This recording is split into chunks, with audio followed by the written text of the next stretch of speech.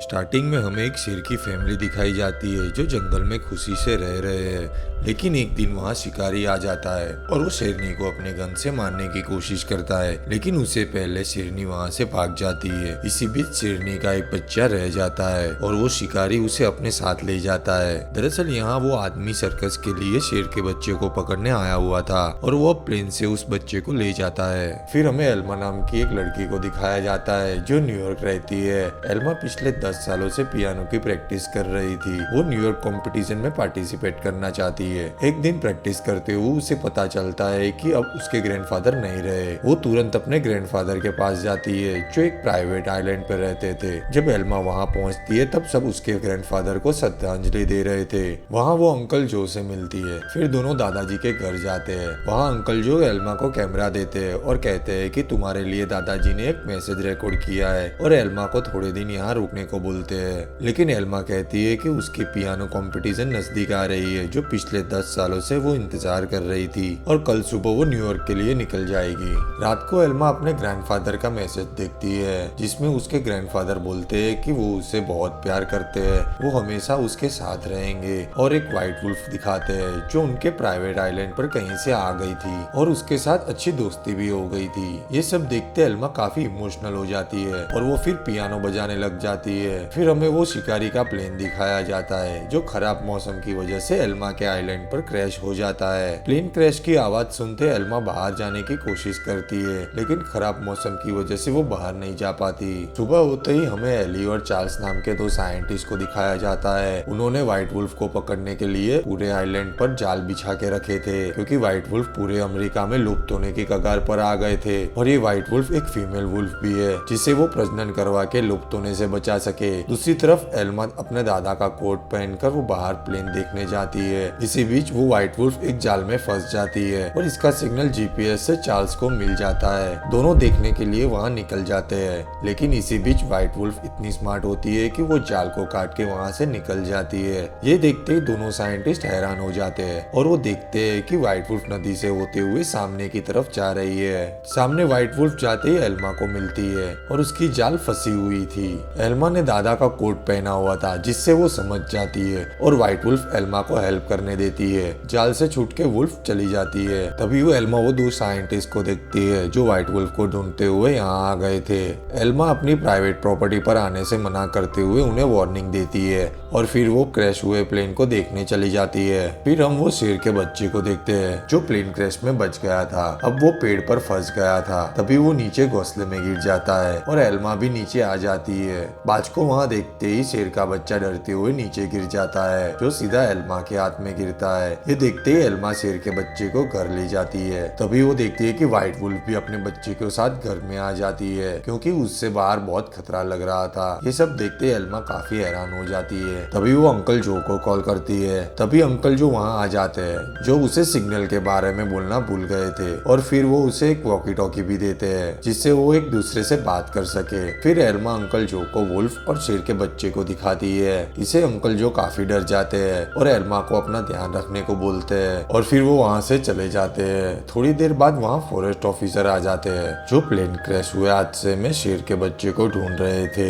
लेकिन एल्मा मना कर देती है कि कोई शेर के बच्चे को नहीं देखा। फिर ऑफिसर एक कार देख के चले जाते हैं। एल्मा घर के अंदर आ जाती है। वो देखती है कि व्हाइट वुल्फ अपने बच्चे के साथ शेर के बच्चे का भी ख्याल रख रही थी। तभी एल्मा डिसाइड करती है वो भी यहाँ रह के इन सब का ख्याल रखेगी। वो अंकल जो को कहने जाती है कि वो अपनी कंपटीशन तक यहीं रुकना चाहती है। इससे अंकल जो भी बहुत खुश होते हैं। फिर देखते हैं कि धीरे धीरे वक्त बीता जा रहा है। एल्मा उन दोनों को माँ की तरह पालने लग जाती है। फिर वो उन्हें अपने बचपन के घर ले जाती है जो एल्मा वहाँ खेला करती थी। अब वुल्फ और लायन काफी अच्छे दोस्त भी बन गए थे। फिर एक दिन एल्मा की कंपटीशन का दिन आ जाता है। वो न्यूयॉर्क जाने के लिए निकल जाती है। वहाँ 3 स्टूडेंट को सिलेक्ट करने वाले थे और वो वहाँ काफी अच्छा पियानो बजाती है। दूसरी तरफ एली और चार्ल्स फिर से वो व्हाइट वुल्फ को ढूंढने आ जाते हैं और वो यहाँ अपनी बेहोश वाली गन से उसे पकड़ लेते हैं। फिर उस पर अपनी जीपीएस डिवाइस लगा देते हैं और उसे पकड़ के ले जाते हैं। 2 दिन बाद फिर एल्मा जब घर आती है तब पूरा घर तहस नहस देखती है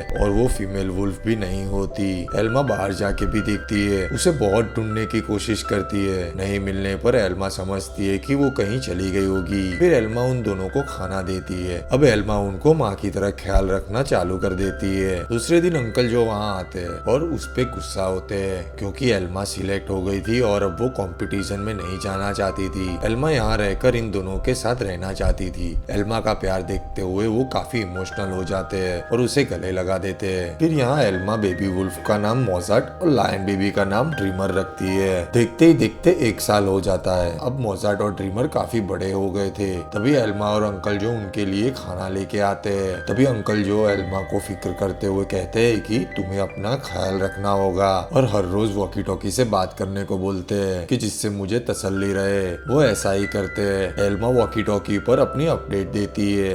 एक दिन वहाँ घूमते घूमते एक बच्ची और उसकी मॉम वहाँ आते हैं। वो फ्लावर्स को तोड़ रहे थे। एल्मा देखती है कि मोजार्ट और ड्रीमर उस बच्ची के पीछे भाग रहे हैं। ये देखते ही एल्मा वो बच्ची को बचाने भागती है। तभी भागते हुए एल्मा नीचे गिर जाती है और उसका सिर एक पत्थर पर लग जाता है। एल्मा वहीं बेहोश हो जाती है, लेकिन वो लेडी को इनके बारे में पता ही नहीं चलता और वो वहाँ से चले जाते हैं। अब मोजार्ट और ड्रीमर हैरान हो जाते हैं कि एल्मा उठ क्यों नहीं रही। वो ये देखते ही उसके पास बैठ जाते हैं और उसको प्रोटेक्ट करने लग जाते हैं। अगली सुबह तक एल्मा बेहोश होती है और जब अंकल जो उसे कॉल करते हैं तब वो जवाब नहीं देती, जिससे अब वो एल्मा को देखने जाते हैं। वो देखते हैं कि एल्मा नीचे बेहोश दिख रही है और वुल्फ और शेर उसके पास ही थे, जिससे वो डर जाते हैं और वो एनिमल ऑफिसर्स को कॉल कर देते हैं। फिर हम देखते हैं कि एल्मा हॉस्पिटल में होती है और डॉक्टर कहते हैं कि पूरी रात बाहर ठंड में बेहोश होने की वजह से वो मर सकती थी। अच्छा हुआ कि एनिमल्स के साथ में सोने की वजह से उसे हीट मिलती रही, जिससे उसकी हालत इतनी भी खराब नहीं हुई है और जल्दी एल्मा को होश आ जाएगा। तभी फॉरेस्ट ऑफिसर ने मोजार्ट और ड्रीमर को पकड़ लिया होता है, इसीलिए साइंटिस्ट एली वुल्फ को लेने वहाँ आ जाता है। वो ये वुल्फ को देखते बहुत खुश होता है और वो उसे वहाँ से ले जाता है। फिर वहाँ एक सर्कस का ओनर आता है जिसका नाम एलन है और उसके साथ उसका बेटा राफा भी होता है, जो ड्रीमर को अपने सर्कस के लिए लेने आए थे।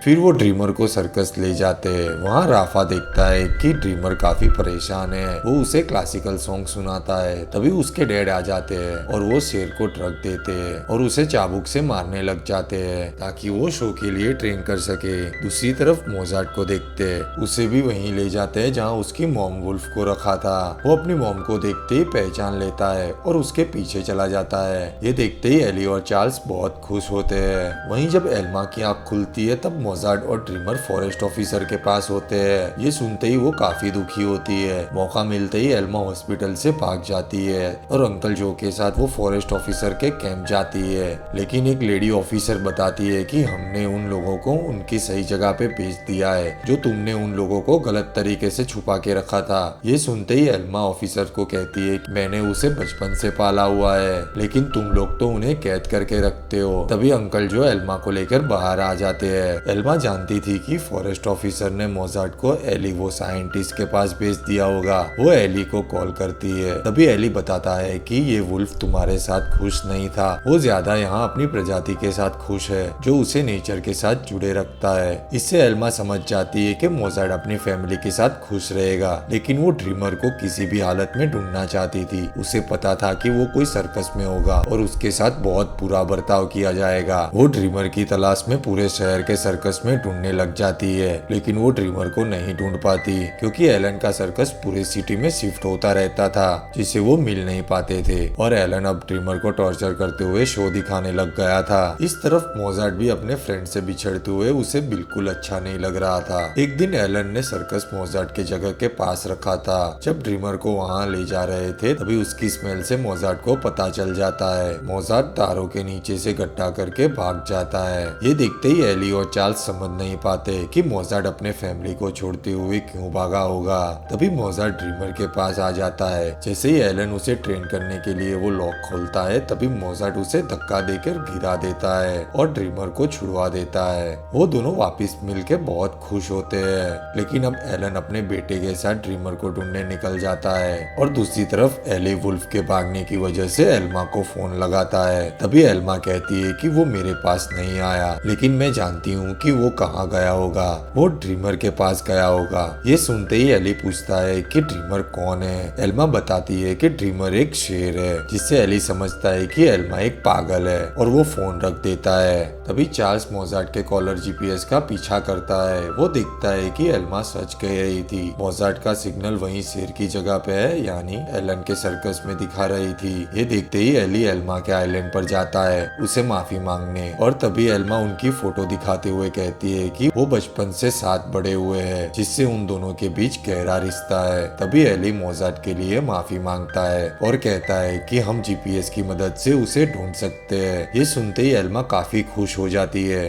लेकिन दूसरी तरफ मोजार्ट और ड्रीमर एल्मा के आइलैंड पर जाने के लिए निकल जाते हैं। वो एक सिटी से गुजरते हैं। वहाँ वो एक स्टोर में खाना खा रहे थे। तभी वहाँ वो स्टोर मैनेजर उन दोनों को देख लेता है। वो इमरजेंसी सायरन बजाता है, जिससे वो दोनों बाहर भागने लगते हैं। सब लोग शेर और वुल्फ के रास्ते में देखते हुए डर जाते हैं। फिर सुबह एल्मा और एली दोनों ढूंढने निकल जाते हैं। वहीं हमें कुछ पुलिस ऑफिसर को दिखाया जाता है जो टाउन के लोगों की कंप्लेंट से उन्हें शूट करने का ऑर्डर दिया था। वहीं एलन भी अपने बेटे के साथ जंगल में ड्रीमर को ढूंढने लग जाता है। वो उसे ढूंढ लेता है। वो अपनी बेहोश करने वाली गन से उसे बेहोश करने वाला ही था, लेकिन मोजार्ट ये सब देख लेता है और वो तभी अलार्म पर हमला कर देता है। तभी ओली मोजार्ट को लग जाती है, जिससे वो तुरंत बेहोश हो जाता है और ड्रीमर समझ जाता है और वो वहाँ से भाग जाता है। राफा तभी मोजार्ट को अपनी एंटीडोज दे देता है, जिससे वो जल्दी से होश में आ जाएगा और वो ट्रैकर अपने पास रख लेता है। गिरने की वजह से एलन को चोट लगी थी। वो दोनों फिर वहाँ से चले जाते हैं। तभी मोजार्ट को होश आ जाता है और वो ड्रीमर के साथ चला जाता है। अब यहाँ एली और एल्मा ट्रैकर का पीछा करते हुए एक कॉफी शॉप पहुँचते हैं, क्योंकि ट्रैकर राफा ने ले लिया था। ये देखते ही एलन झूठ बोलता है, उसे रास्ते में मिला था, उसे ऐसा कह देता है। ये सुनते ही एली और एल्मा परेशान होकर वहाँ से चले जाते हैं। तभी वॉशरूम के बहाने से राफा उन लोगों को मिलता है। वो उन्हें मोजार्ट के पास ले जाता है। एल्मा देखकर कहती है कि वो यहीं कहीं होगा और उसे ढूंढने को कहती है। तभी राफा कहता है कि उसे क्लासिकल सॉन्ग बहुत पसंद था, क्योंकि वो बचपन से एल्मा के पियानो को सुनता आ रहा होता है। वो कार में म्यूजिक बजाते हुए उसे ढूंढते हैं। तभी ये सुनते ड्रीमर भी रोड तरफ आ जाता है। तभी उन्हें ड्रीमर मिल जाता है, लेकिन वहाँ मोजार्ट नहीं होता। फिर ड्रीमर एल्मा को मोजार्ट के पास ले जाता है, जो एल्मा के बचपन के घर में थे। इससे वो बहुत खुश होती है और फिर ये एली को कहने उसके पास आती है। तभी एली कहता है कि पुलिस यहाँ आ चुकी है, वो कभी भी उसे मार सकती है। तभी एलन वहाँ आ जाता है और तभी राफा उन्हें बताता है कि मुझे आपको एनिमल के साथ जुल्म करना बिल्कुल पसंद नहीं होता, और वो गुस्सा हो जाता है। तभी एलन समझ जाता है और वो राफा के साथ चला जाता है। तभी पुलिस और फॉरेस्ट ऑफिसर वहाँ आ जाते हैं। फिर एल्मा एली को वो मैजिकल ट्री पर मिलने को बोलती है। वो सबको छुपाते हुए मोजार्ट और ड्रीमर को वो सुरंग से मैजिकल ट्री तक ले जाती है, लेकिन तभी पुलिस भी वहाँ आने लगती है। इसीलिए ड्रीमर पुलिस का ध्यान भटकाने के लिए वापस जंगल में जाता है और एल्मा और मोजार्ट नदी से तैरते हुए घर तरफ जाने लगते हैं। तभी एल्मा गोली चलने की आवाज सुनती है। वो समझती है कि ड्रीमर अब नहीं बचा होगा, उसने अपनी कुर्बानी दे दी। एल्मा इससे बहुत रोती है और वो बहुत दुखी होती है। सबको लगता था कि ड्रीमर को पुलिस ने मार दिया है। तभी ड्रीमर सेफली जंगल से आ रहा होता है। वो पुलिस को चकमा दे के आ गया था। ये देखते ही एल्मा बहुत खुश होती है। ये सब अंकल जो और एली भी देख रहे थे। वो सब बहुत खुश होते हैं कि एल्मा ने अपने दोनों बच्चों को बचा लिया। इसी के साथ मूवी के एंड में एल्मा एक गेट टुगेदर रखती है और वो सबको इनवाइट करते हुए पियानो बजाती है, और वहाँ मोजार्ट और ड्रीमर दोनों खेल रहे होते हैं। ये देखते ही सब लोग बहुत खुश होते हैं।